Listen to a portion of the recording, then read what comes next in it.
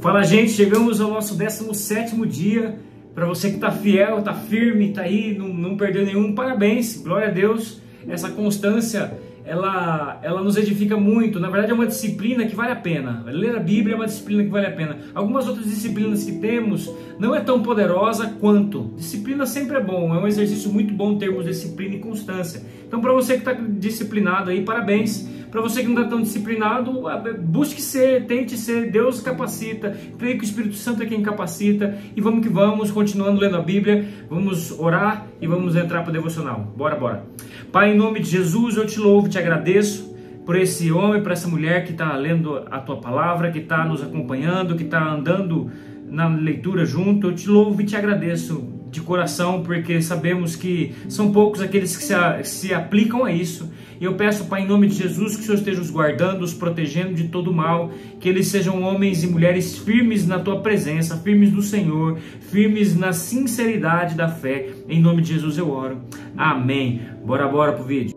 Nós lemos Jó capítulo 38, Jó capítulo 39 e Colossenses capítulo 1. São poucos capítulos, são poucos trechos comparados aos outros dias, mas muito poderoso no livro de Jó. Então, nem se fala, até que enfim Deus falou. Jó orou, Jó buscou, Deus respondeu aos amigos, Jó se colocou como injusto, Jó se colocou como quem sabe das coisas, e Deus veio colocando Jó no lugar dele, falando: quem é você?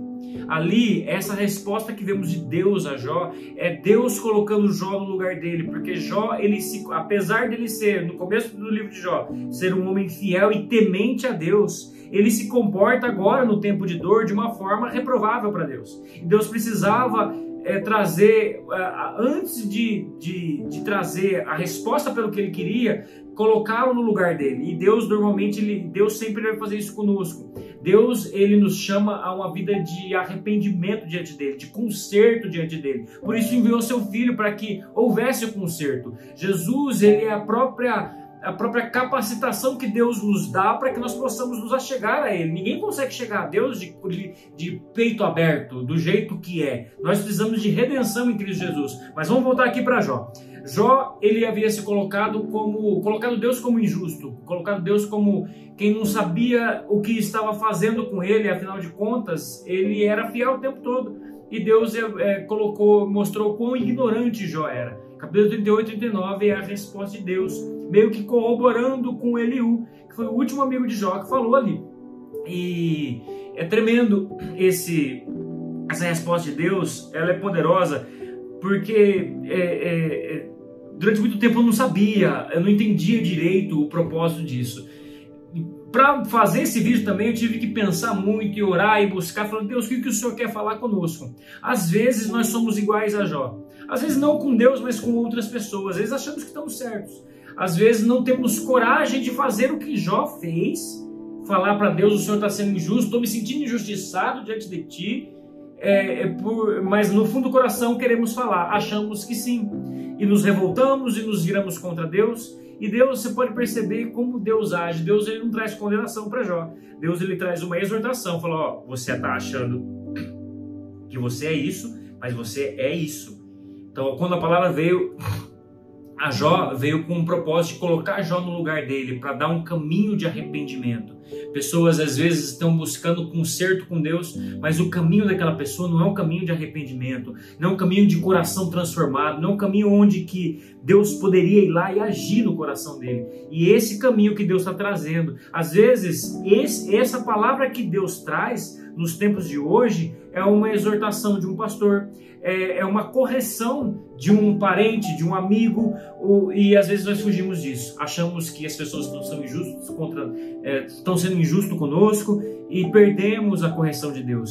E eu estou aqui para eu não vou te incentivar a olhar para tudo, porque tem injustiças que acontecem, mas pelo menos parar, analisar e orar por isso. Tem várias...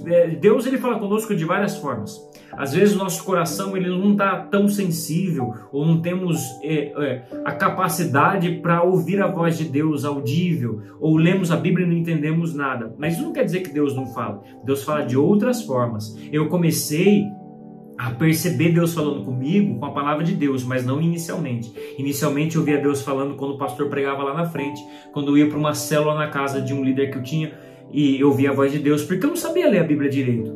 Aí eu comecei a perceber que Deus me orientava em oração. Quando eu orava, eu sentia algo no meu coração, mas não tinha aquela convicção e certeza. Mas foi quando eu comecei a ler a palavra de Deus, me aplicar na palavra de Deus, a minha fé começou a ser desenvolvida. E foi um conjunto de pregação, de estar junto com um líder, sendo discipulado, oração e leitura da palavra. Mas a palavra de Deus, ela é a mais poderosa para mim. É por isso que eu estou fazendo, inclusive, esse trabalho de plano de leitura, de ministrar, porque eu acredito que, assim como eu, existem outras pessoas que vão ser chamadas pela palavra de Deus. Talvez você seja mais atraído pela palavra pregada, por uma ministração. Eu vou defender um pouco a palavra de Deus. Lembra que a voz de um pregador, ela não é uma palavra normativa para você. Ele está falando daquilo que é norma para nós, que é a Bíblia. O pregador precisa ser verificado com a palavra de Deus para que nós aceitemos. Então, sempre a primazia é a palavra de Deus. Na verdade, isso é uma cautela que você possa ter na sua fé, na sua vida de fé. Se você recebe de peito aberto, você pode até ser abençoado várias vezes, mas você corre risco de um dia você ir em uma outra igreja e um charlatão tá lá, uma pessoa que não tá na bênção, e trazer uma palavra, ou você não tá tão afiado na palavra de Deus, pregar algo que não tá na Bíblia, e isso te levar a crer em algo que não é promessa de Deus. E isso é um dos maiores enganos que existe hoje. É algo que e eu já vivi muito isso. De eu ver, na minha imaturidade de fé, eu ver um pregador e tudo mais, me encantar com uma palavra que, quando eu fui ler na Bíblia, eu não achei na palavra de Deus. E passou-se os anos, 10, 15 anos, realmente aquela pessoa, ela falou aquilo que muitos repetiram no decorrer do tempo, que não é verdade bíblica, não é fato bíblico, e sim desejo do meu coração. Nem sempre aquilo que eu quero que Deus faça é o que Ele quer fazer. Nem sempre aquilo que eu quero que Deus faça está prometido por Deus na Bíblia, na palavra de Deus. E a Bíblia fala até o contrário disso. Fala que o meu coração e o seu coração, ele é enganoso e desesperadamente corrupto. Então, é mais propício pela palavra de Deus aquilo que eu quero ser contrário a Deus, porque o coração é corrupto. Você pode se perguntar, mas e se Jesus purificou o meu coração? Eu aceitei Jesus. Isso é algo poderoso, é algo a se considerar assim. Eu sou convertido em Jesus Cristo, eu vivo a minha fé com toda a minha intensidade, mas ainda assim a recomendação da palavra de Deus é que nós sejamos tardios para falar, que nós não nos ufanemos, não nos ensoberbeçamos com as experiências espirituais que nós temos. É preferível para o cristão, para o homem que quer servir a Deus, esperar o momento certo para usar a palavra que é chamado de espada da fé. A palavra de Deus é como uma espada, e nem sempre você usa uma espada em todos os momentos. Às vezes nós vamos precisar usar o silêncio, ou um abraço, ou uma palavra de carinho. Não é uma Bíblia ministrada, não é a palavra de Deus ministrada. Então use com cautela. Você é cristão e tem convicção de algo, eu te recomendo orar um pouco mais, porque quantas vezes na minha vida eu achei que era Deus falando e não era Deus, era simplesmente a minha vontade, o meu coração enganoso me enganando para aquilo que eu queria. Então várias vezes eu tive que me arrepender disso. Então eu deixo aí esse testemunho, essa ministração, que Deus possa te abençoar poderosamente. E vamos que vamos. Se você tem alguma sugestão de tudo isso que está acontecendo, por favor, deixe no comentário para eu saber, né? Se tá bom, se tá ruim. E vamos que vamos. Que Deus abençoe, um forte abraço e tamo junto.